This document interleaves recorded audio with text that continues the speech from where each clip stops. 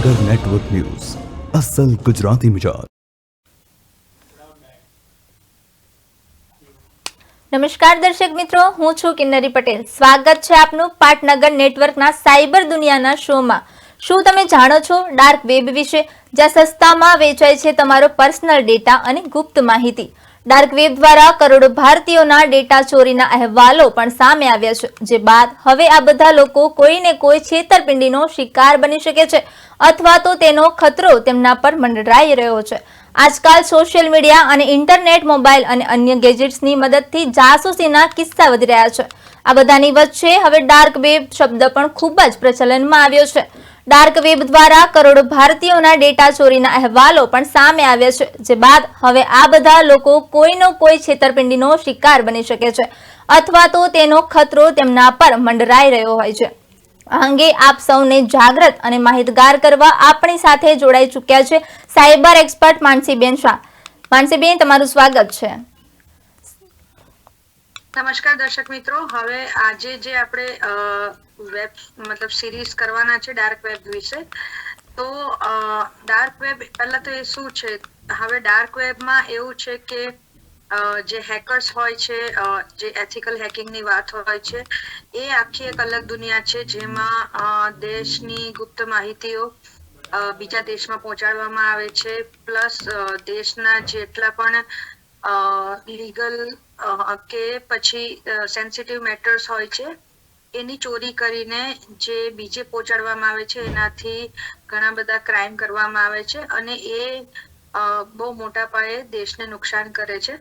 હવે dark web ને સમજતા પહેલા આપણે ઘણી બધી બીજી માહિતીઓ સમજવી જરૂરી છે કે આજકાલ જેટલા પણ સાયબર ક્રાઇમ થાય છે, ભલે એ ફોર એક્ઝામ્પલ ડિજિટલ અરેસ્ટ હોય કે પછી તમારી મોબાઈલની ચોરી હોય, કાં તો તમને મતલબ યુપીઆઈ થી ફ્રોડ થયા હોય, કાં તો તમારી પાસે સેક્સ્યુઅલ વિડીયો મોકલીને તમારી પાસે પૈસા પડાવ્યા હોય, લોનના નામે પૈસા પડાવ્યા હોય, કે તમારી એફડી નો મિસયુઝ કરીને કે તમારા ક્રેડિટ કાર્ડ, ડેબિટ કાર્ડનો મિસયુઝ કરીને પૈસા પડાવ્યા હોય, તો આ અલગ અલગ રીતે જેટલી પણ ચોરીઓ થાય છે સાયબર ક્રાઇમમાં નોંધણી થાય છે। અને એક અહેવાલ મુજબ કે જેટલા પણ પહેલા પણ આ બધી ચોરીઓ થતી હતી, જે ફિઝિકલી થતી હતી, પણ હવે ઇન્ટરનેટના માધ્યમથી ઘણી બધી વસ્તુઓ વધી ગઈ છે અને આ એક આખી અલગ દુનિયા છે, જેમાં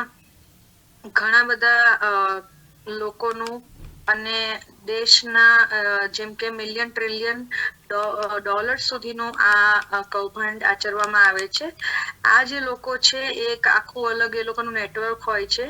તો ફોર એક્ઝામ્પલ આપણે અત્યારે વાત કરીએ કે આપણું ડેટા ચોરી થાય છે, કાં તો આપણને કોઈ રીતે ફસાવવામાં આવે છે, તો પહેલા એમાં એવું છે કે જે આપણી પાસે મોબાઈલ સપોઝ આપણે યુઝ કરતા હોઈએ છીએ, હવે આપણે કોઈ ગુના મતલબ જે ગુનેગારને પકડવા માટે અગર પોલીસ જાળ પણ બિછાવે છે, તો આમાં ત્રણ વસ્તુ મેઇન હોઈ શકે છે કે સપોઝ તમારી પાસે જે મોબાઈલ હોય, અગર તમે લોકોએ કોઈ સેકન્ડ હેન્ડ મોબાઈલ બાય કર્યો હોય, હવે સેકન્ડ હેન્ડ મોબાઈલમાં શું હોય છે કે તમને ખબર નથી કે આગળ એ મોબાઈલ ક્યાં ક્યાં યુઝ થયો છે, કે આગળ તમારો એ સિમ કાર્ડ કોણે યુઝ કર્યો છે। તો હવે જ્યારે બી તમારી પાસે એ ફોન આવે સપોઝ ફ્રોડનો, અને તમે લોકો કહો છો કે આ ફ્રોડ મેં નથી કર્યું, અને પોલીસ તમારા મોબાઈલ ટ્રેક કરે છે બીકોઝ કે તમારા નામે અત્યારે એ મોબાઈલ ચાલે છે, પણ તમે સેકન્ડ હેન્ડ લીધો હોય છે, એટલે તમને ખબર નથી કે આગળ કોણે આ યુઝ કર્યો છે। પોલીસ એ આધારે તમને પકડે છે, પરંતુ જ્યારે ફ્રોડ થાય છે ત્યારે એમની પાસે ત્રણ વસ્તુઓ મેઇન હોય છે। એક તો તમારો મોબાઈલ નંબર, પછી તમારું એક છે બેંક અકાઉન્ટ અને તમારું આધાર કાર્ડ। હવે અત્યારના આપણે જોઈએ છે તો ઓટોફિલ, જ્યારે પણ આપણે કોઈ પણ વેબસાઇટ પર યુપીઆઈ પેમેન્ટ કરીએ છીએ, કાં તો કોઈ પણ વેબસાઇટ પર જઈને આપણે ફોર્મ ફિલઅપ કરવાનું હોય છે, જેમ કે કોઈ બેંકનું અકાઉન્ટ ખોલવાનું હોય છે, ઓનલાઈન તમે જેટલી પણ ગતિવિધિઓ કરો છો, તો એમાં એવું હોય છે કે હર વખતે તમારે તમારું નામ, Aadhaar number, surname, phone number, email address, આ બધું માહિતી નાખવાની હોય છે। તો જ્યારે પણ આપણને એમ થાય કે લાઈક હર વખતે હું આ બધી માહિતી શું કામ નાખું, અને આપણે ઓટોફિલ નો ઓપ્શન સેવ કરીએ છીએ. હવે ઓટોફિલ નો ઓપ્શન સેવ કરીએ તો એ ડેટાની ચોરી એ આ લોકોની અત્યારે મતલબ એ લોકો એ પદ્ધતિથી પણ ચોરી કરે છે કે તમને ફોન આવે છે કે તમે તમારી નંબર મતલબ ડિટેલ્સ ફિલઅપ કરો. હવે તમારી ડિટેલ્સ ફિલઅપ કરવા માટે તમે સપોઝ એમ દબાવો તો તમારી સામે માનસીનું નામ આવી જાય છે, કે એન દબાવો તો નિલેશનું નામ આવી જાય છે, એક્ઝામ્પલ. એટલે તમે આ બધી ડિટેલ ઓલરેડી સેવ કરેલી છે, તો આ ડિટેલ એ લોકો ચોરી કરે છે. એક તો ચોરી થાય છે તમારા મતલબ કમ્પ્યુટર, લેપટોપ કે વેબ થી પણ થાય છે. પ્લસ તમારા ઈમેલમાં એ લોકોએ માલવેર ફંક્શન, જે મેં તમને આગળ વાત કરી હતી એવી રીતે માલિશિયસ વાયરસ આવી જાય છે. તમને જે પણ લિંક મોકલે એ તમે ક્લિક કરો એટલે એ વાયરસ એક્ટિવેટ થઈ જાય છે, અને તમારી જેટલી પણ ઓટોફિલની ડિટેલ હોય છે એ બધી સામેવાળાની પાસે જતી રહે છે. પછી એ ડિટેલનો ઉપયોગ કરીને તમારા નામ પર એ લોકો ક્રાઇમ આચરે છે. અને આ ડેટા ચોરી કરવો એ લોકો માટે સહેલી વાત છે, કારણ કે સર્વર પર પણ એ ડેટા સેવ હોય છે. તમારા જેટલા પણ લેપટોપ, મોબાઈલની અને ઇન્ટરનેટના સર્વર પર એ બધો ડેટા સેવ હોય છે. હવે જ્યારે આ ટ્રેકિંગ કરવામાં આવે છે ત્યારે તમે જોયું હોય કે સપોઝ મતલબ પોલીસને પણ માહિતી મળે મોબાઈલ ટ્રેકરના આધારે, તો એ મોબાઈલ ટ્રેકર કોઈક સિમ એક્ટિવેટ જ્યાંથી થયો હોય એ કોઈ ગામડાનો મતલબ એક કોઈ ગામડું હોય છે. હવે ત્યાં જઈને જોઈએ તો ત્યાં એ પર્સન હોતો જ નથી, બીકોઝ કે પહેલી વસ્તુ કે તમે જે સેકન્ડ હેન્ડ મોબાઈલ વાપર્યો હોય છે એ આગળ ચોરીનો હોય છે. પછી તમારી પાસે આવે છે તમારો સિમ કાર્ડ પણ આગળ જે માણસ યુઝ કરતો હોય છે એના નામે હોય છે. પ્લસ જે બેંક અકાઉન્ટના આધારે અગર પોલીસ એને શોધવા જાય તો બેંક અકાઉન્ટ પણ આ લોકો શું કરે છે કે રેન્ટ ઉપર લે છે. રેન્ટ ઉપર એવી રીતે લે છે કે સપોઝ ફોર એક્ઝામ્પલ ઓડિશાના કોઈ ગામડામાં આ લોકો મતલબ ફ્રોડ લોકો એક એક્ઝામ્પલ તરીકે એક મોટો કેમ્પ આયોજિત કર્યો છે. હવે એ કેમ્પમાં કેવું છે કે મોટા મોટા એ લોકો બેનર્સ લગાવે છે ગવર્મેન્ટના અને પોલીસ ક્રાઇમ, સાયબર ક્રાઇમના, અને એ રીતે એ લોકોને કહે છે કે આજે એક ગામડામાં સેમિનાર છે અને એ લોકોને કહેવામાં આવે છે કે તમારી ડિટેલ તમે આમાં બેંક અકાઉન્ટ સહિતની ફિલ કરો અને તમને બધાને અમે લોકો 1000 રૂપિયા આપશું કે 2000 રૂપિયા આપશું. એટલે તમને જ નથી ખબર કે તમારો, એટલે ગામડાવાળા લોકોને નથી ખબર કે તમારો ડેટા આ લોકો યુઝ કરીને તમારા જ નામ પર એ લોકો બેંક અકાઉન્ટ ઓપન કરે છે. એટલે જેટલો પણ બ્લેક મની હોય છે એ લોકો આ અકાઉન્ટના માધ્યમ દ્વારા ઘણી બધી જગ્યાએ ડિસ્ટ્રીબ્યુટ થઈ જાય છે. અને આ લોકોને જે ગામડાવાળા વ્યક્તિઓ હોય છે એ લોકોએ અંગૂઠા લગાવી દીધા હોય છે કે સાઇન કરી દીધી હોય છે. એ લોકોને જ નથી ખબર હોતી કે એમના બેંક અકાઉન્ટનો કે એમના આધાર કાર્ડનો મિસયુઝ થઈ રહ્યો છે. હવે આ લોકોએ શું કર્યું હોય છે કે સપોઝ કોઈ મહિલાને પૈસાની જરૂર હોય છે તો એ લોકો એને એ રીતે ટાર્ગેટ કરે છે કે અમે તમને દર મહિને 25,000 કે 30,000 રૂપિયા આપશું અને તમારે ખાલી તમારા બેંકની ડિટેલ અમને આપવાની છે. હવે મહિલાને તો પૈસાની ઘણી જરૂરિયાત હોય છે, કારણ કે ગરીબ હોય તો એ લોકો શું કરે છે, જે ફ્રોડ લોકો હોય છે કે જેટલા બ્લેક મની હોય છે, સપોઝ 5 લાખ 10 લાખ જેટલા પણ અમાઉન્ટ છે એ લોકો ડેલી બેઝ પર ટ્રાન્ઝેક્શન કરતા હોય છે. હવે ખાલી પેલીને એ જ વાતની જાણ હોય છે કે મારા અકાઉન્ટમાં પૈસા આવે છે અને મને આ લોકો મંથલી 25 કે 30,000 રૂપિયા આપશે. એટલે એ 30,000 કમાવાની લાલચ છે. આ શું થાય છે કે 5 લાખ જયારે પણ એના બેંક અકાઉન્ટમાં આવે પછી અલગ અલગ અકાઉન્ટમાં એ લોકો ડિસ્ટ્રીબ્યુટ કરવાનું જણાવે છે. એટલે બ્લેક મની એક રીતે ઘણી બધી જગ્યાએ પહોંચે છે, દેશમાં વિદેશમાં બધી જ રીતે. અને જયારે પોલીસ પકડવા આવે એ મહિલાને પકડે છે. એ મહિલા તો ગરીબ હોય છે, એને એ લોકો બિચારાઓને ખબર પણ નથી હોતી કે એ લોકોના અકાઉન્ટનો આ રીતે મિસયુઝ થાય છે. એટલે આને એક રીતે કહેવાય છે કે તમે તમારો બેંક અકાઉન્ટ રેન્ટ પર આપ્યું. એટલે અત્યારે ઘણી જગ્યાએ જે ફિઝિકલ ઓફિસ પણ ઓપન થાય છે એમાં આ લોકો શું કરે છે કે ઓફિસ એક તો પોતાના નામ પર રેન્ટ પર લેતા નથી. એ લોકો શું કરે, કોઈ ગરીબને પૈસા આપે એનો આધાર કાર્ડ નંબર લઈ લે છે, એની પૂરી બધી ડિટેલ લઈ લે છે અને એના નામે રેન્ટ અગ્રીમેન્ટ કરાવે છે. એટલે એ રેન્ટ અગ્રીમેન્ટ થયું પછી બેંક અકાઉન્ટ હોય કે પૈસા બેંકમાં જે પણ ટ્રાન્ઝેક્શન થાય એ બેંક અકાઉન્ટમાં આવશે. હવે એ બેંક અકાઉન્ટ પણ મેં તમને જે રીતે કીધું કે રેન્ટ પર લીધું હોય છે, જે પેલા ગરીબ મહિલાને પૈસા આપી દે, એટલે બેંક એકાઉન્ટ પણ નકલી હોય છે. પ્લસ ત્રીજી વસ્તુ પોલીસ ચેક કરવા માંગે છે કે તમારો ફોન IMEI નંબર થી એ લોકો ટ્રેક કરે તો જોયું હોય છે કે સપોઝ તમે સેકન્ડ હેન્ડ ફોન વાપરતા હોય તો ફોન પર આગળ એ ફોન અને સિમ કાર્ડ બંને ચોરીના હોય છે. એટલે પોલીસના હાથમાં જે ફ્રોડ લોકો હોય છે એ આવે ત્યાં સુધી તો એ લોકો શું કરે છે કે સપોઝ એક સ્ટેટમાં, ઇન્ડિયામાં કેવો રૂલ છે કે એક સ્ટેટની પોલીસ હોય છે, એના પાસે કેસ આવે છે, હજુ બધું ઇન્વેસ્ટિગેશન થાય છે, ત્યાં તો પેલા ફ્રોડ લોકો તરત બીજું ગામડું ચેન્જ કરી દે છે, બીજા વ્યક્તિને એ લોકો ટાર્ગેટ કરી દે છે. એટલે પકડમાં આવવાના ઘણા ટાઈમ પહેલા જ આ લોકો પોતાની આઈડેન્ટિટી છુપાવતા રહેતા હોય છે. લાઈક એક સિમ કાર્ડ એ લોકો મેક્સિમમ અઠવાડિયું યુઝ કરે ને પછી થ્રો કરી દે છે. એક અહેવાલ મુજબ કે મુંબઈના રેલવે સ્ટેશન પર 50,000 થી વધારે પ્રી એક્ટિવ સિમ કાર્ડ નું સેલિંગ થાય છે. એટલે આ બધી જે નેટવર્ક છે એ એકદમ ઓર્ગેનાઇઝ નેટવર્ક હોય છે. એ લોકોની પાસે મિલિયન્સમાં પૈસા આવતા હોય છે ફ્રોડ ના માધ્યમથી. એટલે એ લોકો ચાહે તો આવી રીતે નકલી સિમ કાર્ડ બાય કરે છે. પ્રી એક્ટિવ હોય છે, એ ઓનલાઈન પણ હોય છે, ઓફલાઈન પણ હોય છે. એટલે આ રીતે એ લોકો શું કરે છે કે બીજાના નામે ગુના આચરે છે. એટલે પોલીસ જયારે પણ પકડે ત્યારે એ વ્યક્તિએ ગુનો કર્યો જ નથી હોતો.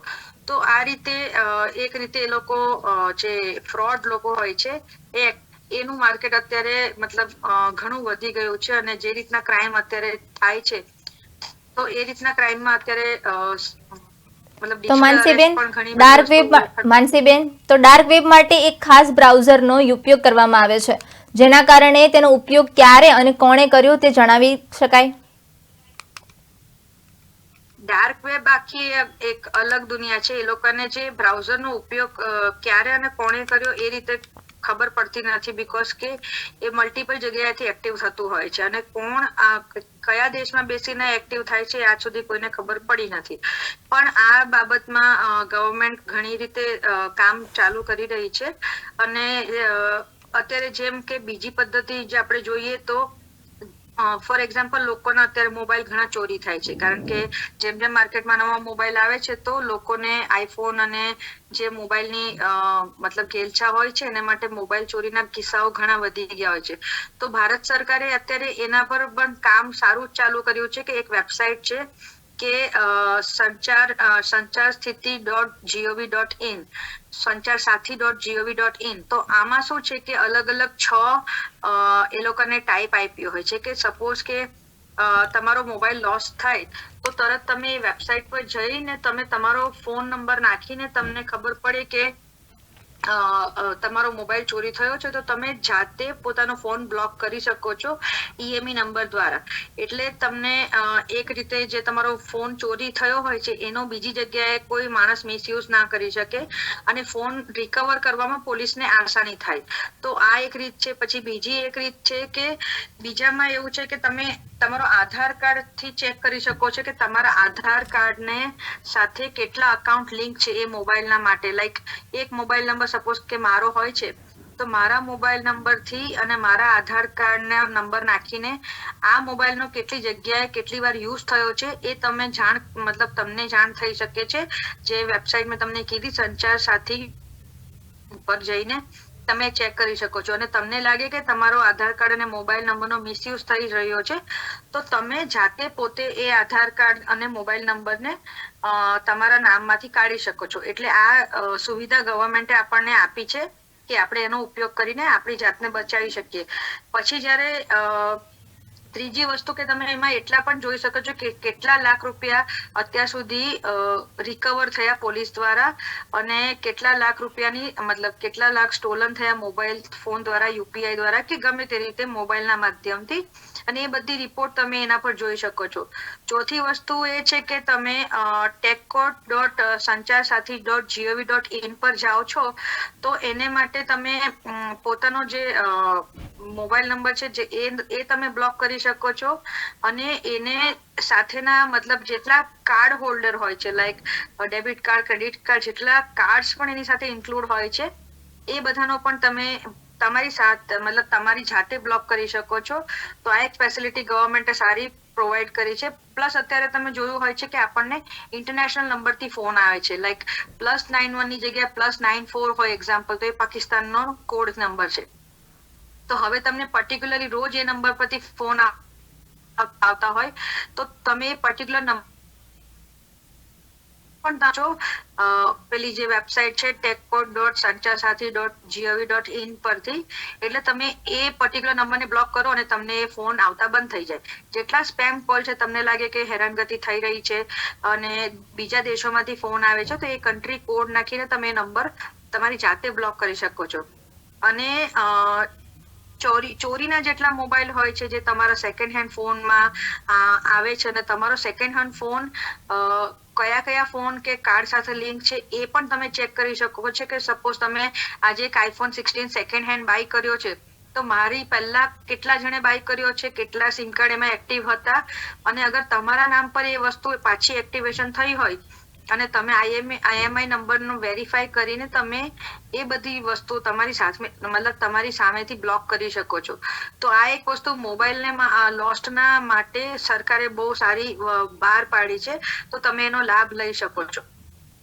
તો હવે જેમ કે બીજી પદ્ધતિમાં હું તમને એક એક્ઝામ્પલ આપું કે સાયબર ક્રાઇમ એટલી બધી હદ રીતે વધી ગયો છે. જેમ કે યુકેમાં, હવે યુકે તો આપણા ઇન્ડિયા જેટલું મોટું નથી, અને યુકેના જેટલા પણ લોકો છે વેલ એજ્યુકેટેડ છે અને સારી રીતે સપોઝ એ લોકો ફોન પણ સારી રીતના વાપરતા હોય છે. પણ આમાં શું છે કે સપોઝ એક્ઝામ્પલ આપું તો ત્યાં જયારે પાર્કિંગની સિસ્ટમ હોય છે, તો પાર્કિંગની સિસ્ટમમાં એવું હોય છે કે તમારે પહેલા પ્રી અપ્રુવડ પાર્કિંગને માટેની ટિકિટ જનરેટ કરવાની હોય છે QR કોડ સ્કેન કરીને. તો હવે ફ્રોડ લોકો શું કરે છે કે જે QR કોડ સ્કેન કરીને તમારી પાસે પાર્કિંગની ટિકિટ આવે, એ QR કોડ પર પોતાનો QR કોડ લગાવી દે છે. હવે એ QR કોડ પોતાનો લગાવે છે એટલે તમે પાર્કિંગની ટિકિટ સપોઝ £5 કે £10 બાય કરી હોય છે, પણ તમારા અકાઉન્ટમાંથી મતલબ એ લોકોના અકાઉન્ટમાંથી 1000-2000 પાઉન્ડ ગાયબ થઈ જાય છે. એટલે આ રીતે લોકો ગુનો ચાલુ કર્યો છે. અને આમાં શું હોય છે કે રિયલ લાઈફમાં જેટલા પણ કેસો બનતા હોય છે, જેટલા બેંક સાથે કનેક્ટેડ હોય છે, તો બેંક વાળા એમ કહે છે કે અમે તમારા કેસ માટે ઇન્વેસ્ટિગેશન કરશું. તો જ્યારે યુકેમાં 7 ઓક્ટોબર એક લો આવ્યો કે ગમે એની ગલતી હોય, વેધર ફ્રોડ વાળાની ગલતી હોય કે વિક્ટિમની ગલતી હોય, પૈસા રિકવરી બેંક જ કરશે અને પૈસા બેંકે જ આપવા પડશે. એટલે આ રીતે યુકેમાં $1 ટ્રિલિયન અને 3 મિલિયન પાઉન્ડનું અત્યાર સુધીમાં ગુના થયા છે. એટલે એ આંકડો છે કે 15,000 કરોડની આસપાસનો. એટલે ત્યારે ગવર્મેન્ટે લો બનાવ્યો છે કે કોઈ પણ વ્યક્તિનું અકાઉન્ટમાંથી પૈસા ચોરી થાય તો bank is liable to pay all the amount. એટલે બેંક વાળાની આવી જાય છે કે બેંક વાળાએ તમારા પૈસા તમને આપવા જ પડશે. એ રીતે ઇન્ડિયામાં પણ એક રીતે લો બન્યો છે કે RBI ની ગાઈડલાઈન મુજબ તમારા અકાઉન્ટમાંથી જેટલા પણ પૈસા સપોઝ ગાયબ થયા હોય અને તમને એની જાણ થઈ ગઈ હોય અને તમે જો તરત સાયબર ક્રાઇમમાં નોંધણી કરાવો છો કે www.cybercrime.gov.in પર જઈને કમ્પ્લેન કરો છો, પોલીસમાં માધ્યમમાં જાઓ છો કે તમે 1930 પર કમ્પ્લેન રજીસ્ટર કરો છો, તો RBI ની ગાઈડલાઈનમાં એવું બતાવ્યું છે કે વિધિન 72 અવર્સમાં અગર જો તમારી કમ્પ્લેન રજીસ્ટર થઈ હોય છે તો bank is liable to pay 100% amount. અગર તમે 7 દિવસ બાદ રિપોર્ટ કરો છો તો 50% તમને પૈસા રિટર્ન મળે છે. અને 7 દિવસ પછીના અમુક ટાઈમ પીરિયડમાં અગર તમે એ ફ્રોડનો ગુનો નોંધાવો છો તો તમને 25% આસપાસ પેમેન્ટ મળે છે. હવે આમાં બેંક ક્યાં ઇન્વોલ્વ થાય છે કે તમે બેંકને ઇન્ફોર્મ કરો છો કે મારા પૈસા બેંકમાંથી ગાયબ થઈ ગયા. એટલે બેંક તરફથી તમને એક ઈમેલ આવે છે કે વિધિન 7 ડેઝમાં અમારી તરફથી તમને ઈમેલ આવશે અને તમે અત્યાર સુધી મતલબ તમારા જેટલા પણ પૈસાનું લોસ થયું હોય તો તમે આટલા સ્ટેપ ફોલો કરો. એ લોકો તમને એ જ કહેશે કે તમે વેબસાઇટ પર જઈને નોંધો કરાવો, પોલીસ સ્ટેશનમાં જાઓ અને 1930 પર કોલ કરો. હવે બેંકને પોતાના પૈસા કસ્ટમરને ના આપવા પડે એટલે એ લોકોએ ક્લોઝ નાખ્યો હોય છે લાઈક સ્ટાર કરીને કે RBI ની ગાઈડલાઈન છે એમાં તો bank is liable to pay, પણ બેંક એમ કહે છે કે અગર ફ્રોડ થયું હશે તો અમે પૈસા આપશું, પણ અગર વિક્ટિમે ફ્રોડ મતલબ વિક્ટિમ પોતે આ વસ્તુ અમને કહેશે કે પોલીસને કહેશે અને વિક્ટિમ ઇન્વોલ્વ હશે તો અમે પૈસા આપવા માટે લાયેબલ નથી. એટલે તમે જોયું હશે તો બેંક કોઈ દિવસ મતલબ પગલા લેતી નથી. મને 7 દિવસની અંદર તો અગર નોંધણી પણ થાય છે તો બેંક પૈસા આપતી નથી. એ તમને બેંક એક ઈમેલ કરે છે કે સોરી અમે ઇન્વેસ્ટિગેશન કર્યું તમારા અકાઉન્ટનું, પણ આ અકાઉન્ટમાં જે પ્રોબ્લેમ ક્રિએટ થયા હતા એ તમારા જ ફોનથી થયા હતા. તમે અનનોન લિંક પર ક્લિક કરી દીધું હતું કે તમે યુપીઆઈ થી કે ક્રેડિટ કાર્ડ થી પેમેન્ટ કરેલું હતું, તો એ અમારી જવાબદારી નથી અને આ રીતે પૈસા રિકવર થતા નથી. એટલે આ બધી જે ઇન્ડિયામાં આરબીઆઈ ની ગાઈડલાઈન છે એ ફોલો કરવાની હોય છે, પણ એ બેંક વાળા કરતા નથી. એટલે યુકેમાં આ લો આવ્યો કે હવે કોઈની પણ ગલતી હોય, વિક્ટિમ હોય કે ફ્રોડ હોય, bank is liable to pay અને બેંકે જ પૈસા પાછા આપવા પડશે. તો આ રીતે પણ આપણે આપણા પૈસા રિકવર કરી શકીએ છીએ અગર આપણે 72 અવર્સમાં પોતાનો ગુનો દાખલ કરીએ. તો માનસીબેન, આપણે આગળ વાત કરીએ તો ડાર્ક વેબનો ઉપયોગ મોટા ભાગે ગુનેગારો અથવા હેકરો દ્વારા કરવામાં આવે છે. આનાથી બચવા માટે ગ્રાહકોને શું કરવું જોઈએ? હવે ડાર્ક વેબનો ઉપયોગ જે રીતે કરવામાં આવે છે, હવે ફોર એક્ઝામ્પલના માધ્યમથી હું તમને કહું કે અત્યારે જે દિલ્હીમાં દલજીત દોસાંજનો જે શો થયો હતો એને માટે લાખોની સંખ્યામાં ટિકિટો બાય થઈ હતી.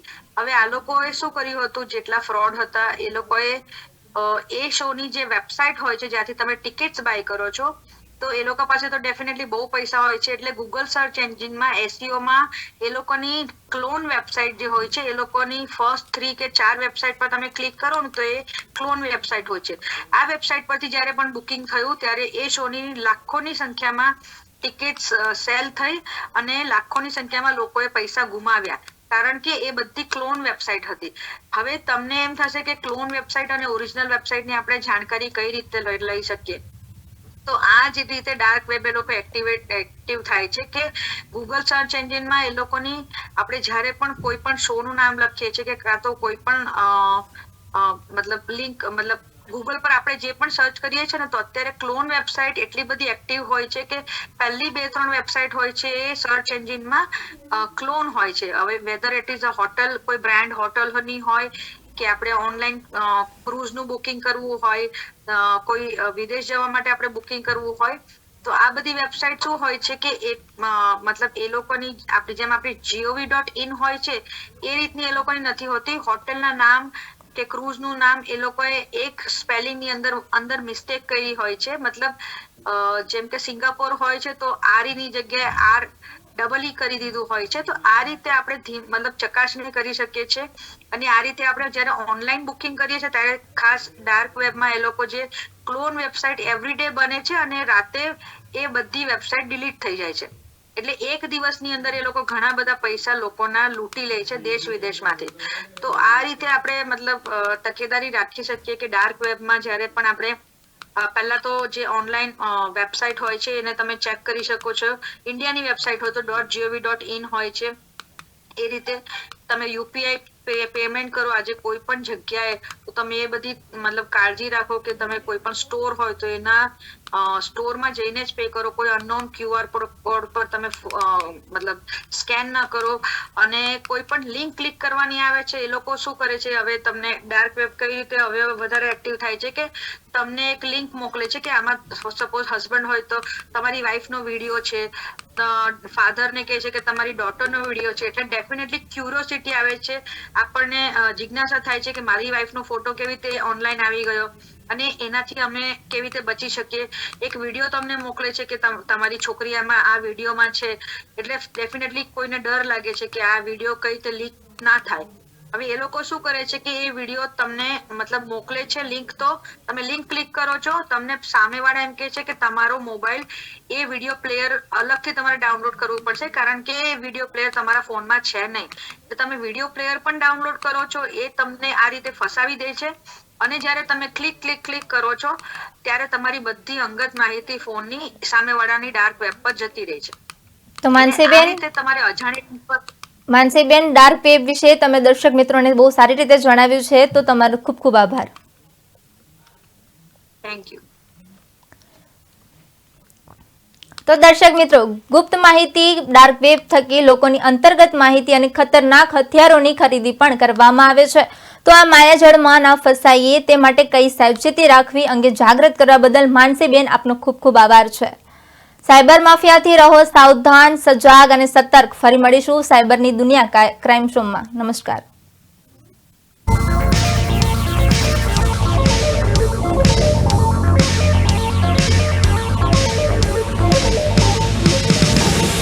પાટનગર નેટવર્ક ન્યૂઝ, અસલ ગુજરાતી મિજાજ.